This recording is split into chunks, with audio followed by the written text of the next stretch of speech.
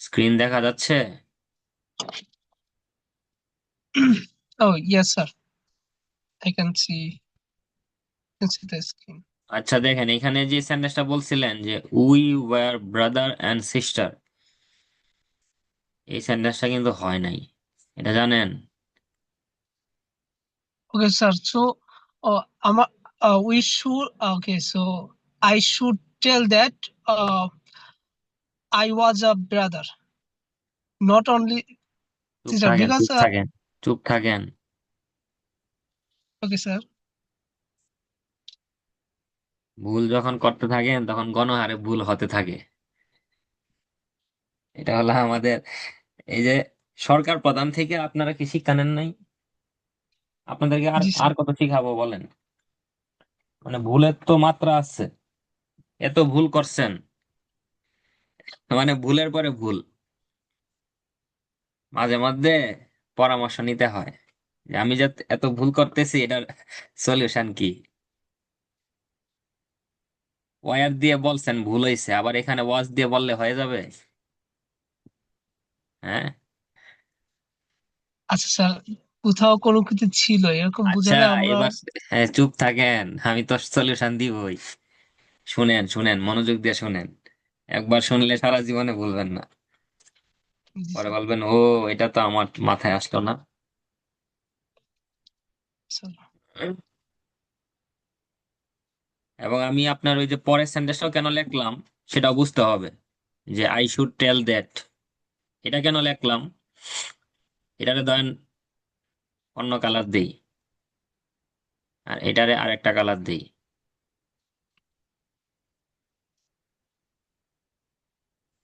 এখন দেখেন যে we were brother and sister, আমরা ছিলাম ভাই বোন নাকি? আমার বাংলাটা যদি এরকম হয় যে আমার একটা ভাই ছিল, তখন তো বলতে হবে যে আই হ্যাড। আর আমরা তিনজন ছিলাম, উই ওয়ার থ্রি সিবলিংস, আমরা সেটাও বলতে পারি। এখন আপনি যদি মানে বুঝাইতে চান যে আমার একটা ভাই ছিল এবং বোন ছিল, তখন সেখানে আপনার হ্যাড দিয়ে বলতে হবে যে আই হ্যাড। হ্যাঁ, somehow you have lost your brother.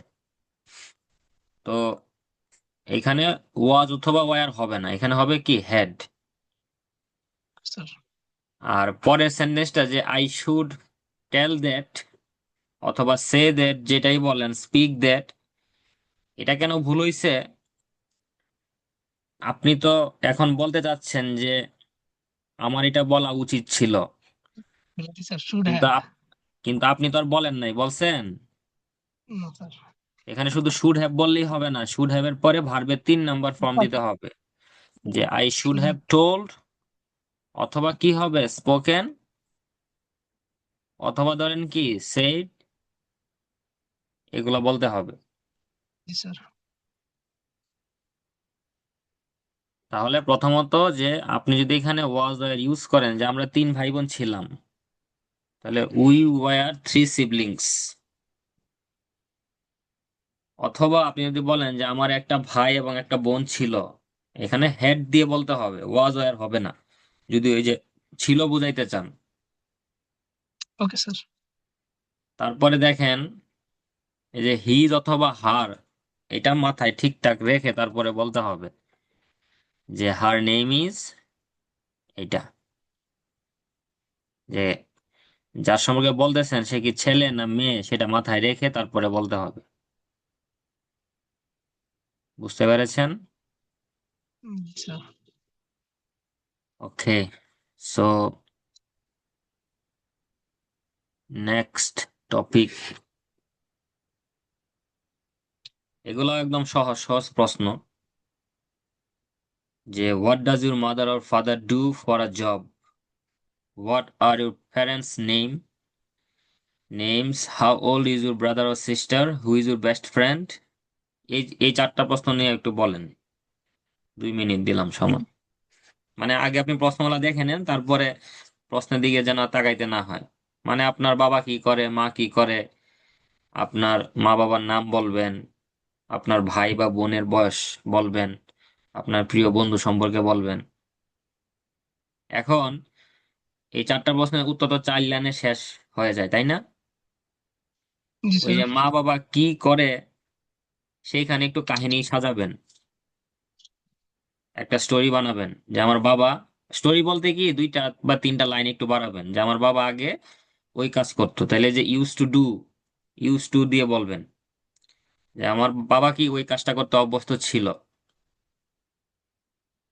তারপরে মায়ের কথা বলবেন যে সে আগে জব করতো, এখন রিটায়ার করছে, এখন বাসায় থাকে বা টুকটাক হাউস হোল্ড টাস্ক এগুলা করে, দ্যাটস ইট। অথবা সে টিচার ছিল, রিটায়ার করছে, রিটায়ার্ড পারসন। তাহলে তো আপনি ধরেন যে একটা প্রশ্নের উত্তরে 4টা বা 5টা লাইন বলতে পারতেছেন, মানে প্রাসঙ্গিক কথা বলতেছেন। এখানে কিন্তু আপনার একদম সত্য কথা বলার দরকার নাই, কারণ সত্য কথা বললে অনেক সময় আমাদের কথা শেষ হয়ে যায়, ফুরায় যায়। যে আপনার বাবা কি করে, এটা করে, মা কি করে, এটা মানে এটা করে, সেটা না বলে আপনি যদি বলেন যে সে আগে এই কাজ করতো, এখন এই কাজ করে, যে recently he has or she has changed her job or his job. Last year my father use to do a business, but now he is doing a part-time job in my local area in a multinational company as a sales manager. এইভাবে মাথায় যা আসে বলবেন আর কি, মানে যাতে করে প্রশ্নের সাথে মিল থাকে উত্তরের, এবং আপনার আনসারটা যেন 4-5 লাইনের হয়। প্রিয় বন্ধু কি, আপনার অনেক বন্ধু আছে, তার মধ্যে মেহেদী আপনার প্রিয় বন্ধু, তার কয়েকটা গুণ বলে দিলেন যে বিশ্ব বাটপারের মধ্যে একজন। বাটপার ইংলিশটা কি স্যার? চিটার? ওই বাটপার, ইংলিশ না পারলে বাটপারই বলবেন। যে মা বাবার নাম কি, মা বাবার সম্পূর্ণ নাম এটা, কিন্তু তাদের বন্ধু বান্ধবরা বাবাকে এইটা বলে ডাকে, মাকে তার বোনেরা বা তাদের বাড়িতে এই নামে বলে। ভাই বোনদের মধ্যে আমি সবার বড়, ছোট বোনের বয়স এত, বা আমি মিডল, বড় ভাইয়ের বয়স এত। এই তো। Okay, start. Sir, when I speak in English that time, I make a mistake a lot. না না, So I এইগুলা don't know. বলার দরকার নাই। এখন এই যে 4টা প্রশ্নের উত্তর বলেন, মিস্টেক তো সবাই করে, মিস্টেক ছাড়া পৃথিবীতে কেউ আছে? বলেন বলেন, সময় নষ্ট করা Okay, sir. করা যাবে না, বলতে থাকেন। Okay. So my uh my father name is Muhammad Iqbal Sheikh, and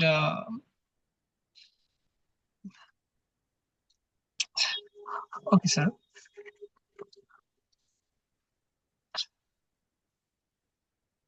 Sir. বলেন। Okay. My my father name is Iqbal Sheikh.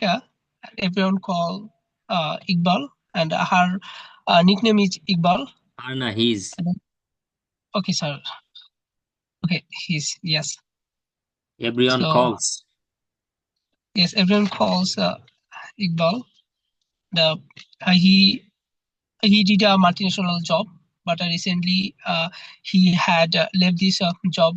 He is doing a part-time job in my local area, and my mother name is Mili Begum, and she was she did uh, a she did a job, uh, but right now he didn't. She didn't any kind of job. Okay, and I am. I have a I have a elder brother, and he is 29 years old. He he is a student. Besides, he is doing a job,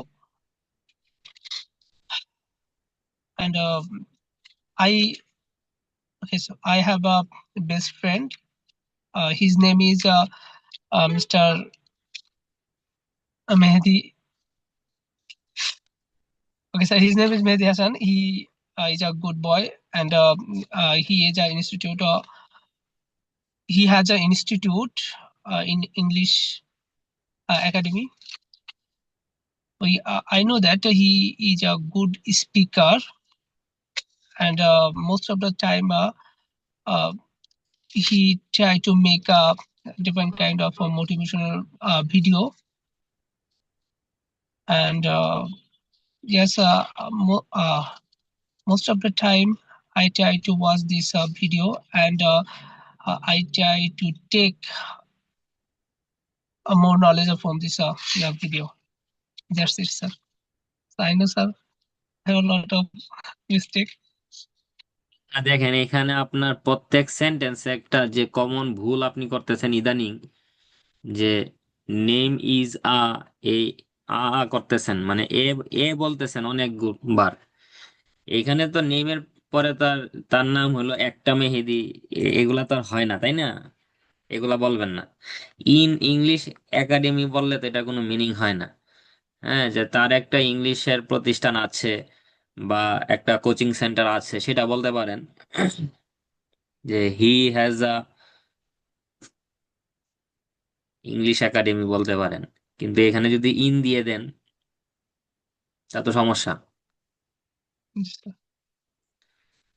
তারপরে দেখেন যে যে she did a job, she didn't any kind of job, এগুলা একটু সমাধান করতে হবে।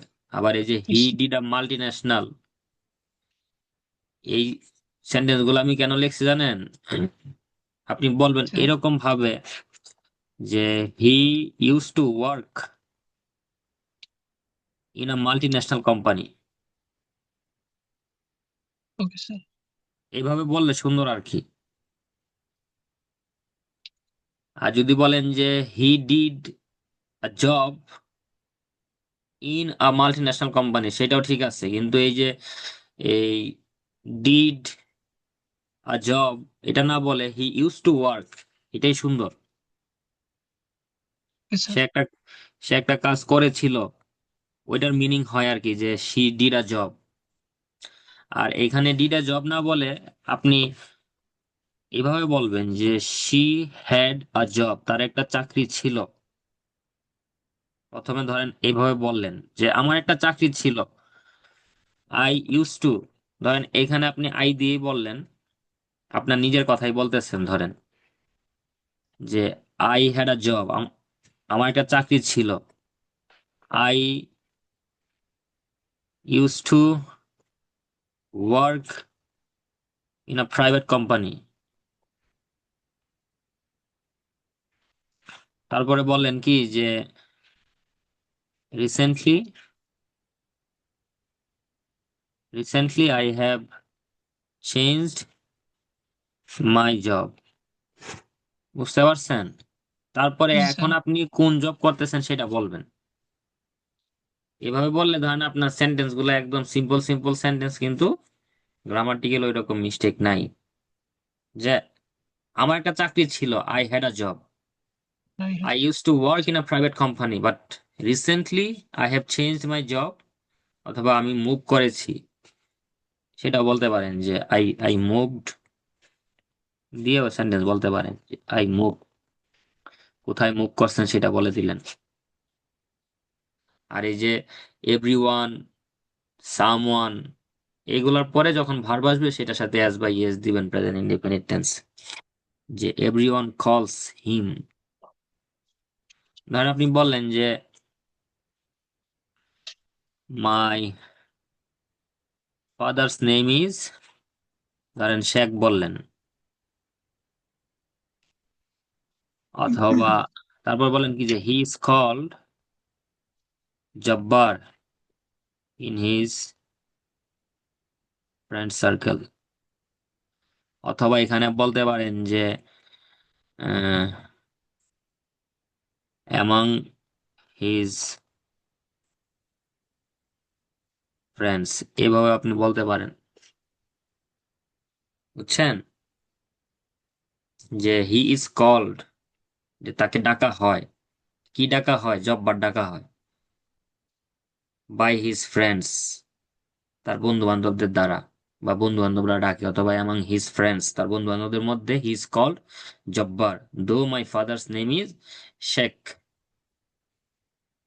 But he is called Jabbar because Jabbar is his nickname. Sir. মানে সিম্পল জিনিসগুলো নিয়ে মাথার মধ্যে অনেক ভাবে মানে ঘোরাবেন, দেখবেন যে আপনার কত কিছু মানে বের হয়ে আসতেছে। কঠিন কিছু না। This this is very easy, চেষ্টা করলেই পারবেন। বুঝতে পারছেন? জি স্যার। যেমন এই যে শি ডিড আ জব, সে একটা চাকরি করেছিল, এটা না বলে বলবেন কি যে তার একটা চাকরি ছিল। She use to work in a primary school, but last month she resigned, চাকরি ছাইড়া দিছে, অথবা left the job because of some private problems, অথবা সিক্রেট সামথিং, সেইভাবে বলবেন। অনেকভাবেই তো সেন্টেন্স সাজানো যায়, তাই না? স্যার। যেমন এই যে পরে একটা সেন্টেন্স বলছেন যে তার এখন কোনো চাকরি নাই, যে she didn't any kind of job, কোনো মিনিং নাই। বলতে হবে কি যে she doesn't have any job right now, doesn't okay sir. Have. এই এই যে সেন্টেন্সটাকে বলবেন কিভাবে, যে she doesn't have any job right now, অথবা she is jobless right now. এভাবে তো আমরা বলতে পারি যে she is jobless right now, অথবা কি বলবেন যে she doesn't have any job.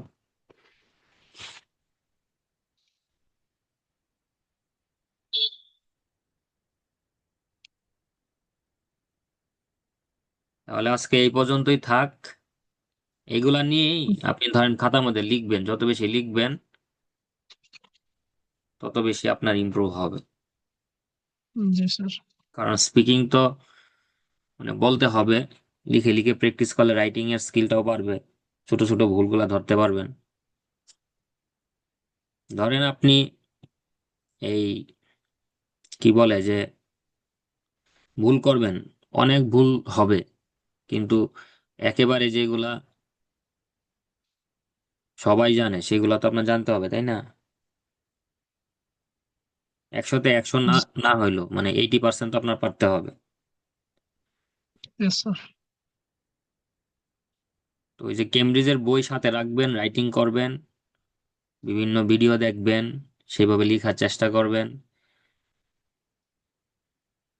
ওই যে আমি গতকালকে মনে হয় একটা ভিডিও আপলোড করছিলাম যে ওই রাইটিং এর উপরে, রাইটিং টাস্ক 1 এবং রাইটিং টাস্ক 2, রাসেল মিশেলের বইয়ের উপরে, যে কিভাবে সেই বইটা পড়তে হয়, যে সেন্টেন্স স্ট্রাকচার নিয়ে আপনি কাজ করবেন, স্যাম্পল আনসার পড়বেন, সেভাবে লেখার চেষ্টা করবেন, ভোকাবুলারি ইমপ্রুভ করবেন, কোথায় কোন ভোকাবুলারি ইউজ করতে হয় সেগুলা নিয়ে কাজ করবেন। আস্তে আস্তে দেখবেন যে সব ঠিক হয়ে গেছে। আপনি যদি 15 ঘন্টাও মানে ড্রাইভিং করেন, বা আপনি আপনার কাজ করেন আর্নিং এর জন্য, ওই আইএলস এর জন্য আপনার 1 ঘন্টা সময় দিতে হবে, আর না হলে হবে না। যাই হোক, ওই মিটিং শেষ হয়ে যাবে লেস দেন 1 মিনিট। ভালো থাকেন, কথা হবে। Thank you sir. Okay, bye. By.